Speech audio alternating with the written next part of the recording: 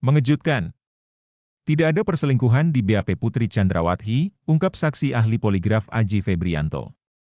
Sejumlah keterangan mengejutkan datang dari para saksi ahli yang hadir dalam sidang lanjutan kasus pembunuhan berencana Brigadir Nofriansyah Yosua Huta Barat.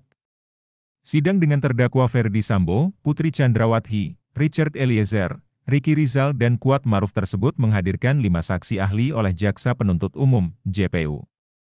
Salah seorang saksi ahli, Aji Febrianto Ar-Rasyid mengungkap fakta mengejutkan di persidangan, bahwa sosok polisi yang menitipkan pertanyaan soal perselingkuhan Putri Chandrawati dan Brigadir J.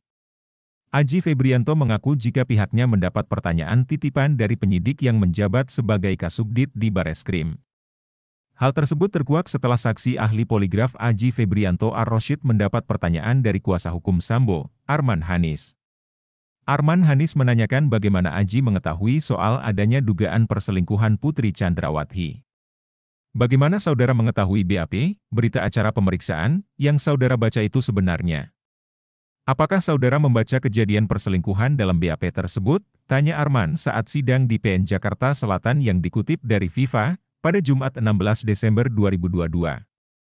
Herannya, ternyata Aji mengaku sama sekali tidak membaca adanya perselingkuhan dalam BAP istri Ferdy Sambo tersebut. Saya tidak membaca ada perselingkuhan di situ di BAP Putri, jawab Aji. Aji mengaku jika terkait pertanyaan perselingkuhan yang tidak ada dalam BAP merupakan pertanyaan titipan. Kemudian, Arman pun langsung menimpal kenapa bisa ada pertanyaan soal perselingkuhan dan menunjuk kepada siapa yang telah menitipkan pertanyaan kepada Aji perihal tersebut. Hanya semata-mata karena titipan penyidik saja, tanya Arman. Siap, jawab Aji. Nama penyidiknya siapa saudara ahli yang memberikan titipan pertanyaan itu? Siapa? Ini sudah di persidangan terbuka, cecar Arman Hanis. Aji Febrianto menjawab, sosok yang memberikan pertanyaan itu adalah Kepala Subbidang Direktorat, Kasubdit, 1 bernama Wira. Ada, siap. Kasubdit 1 Bapak Wira, jawab Aji menjawab cecaran Arman. Jaksa Penuntut Umum juga menegaskan kembali terkait metode scoring yang digunakan tim ahli poligraf kepada Aji Febrianto. Tadi saudara menggunakan metode scoring atau penilaian terhadap para terdakwa. Terhadap kelimanya, menunjukkan skor berapa, tanya JPU kepada Aji. Macam-macam, kata Aji.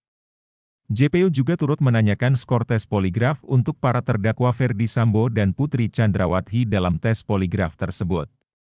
Bapak FS, Ferdy Sambo, nilainya berapa? Bisa disebutkan, tanya JPU. Mohon izin untuk Pak FS nilainya 8, ungkap Aji.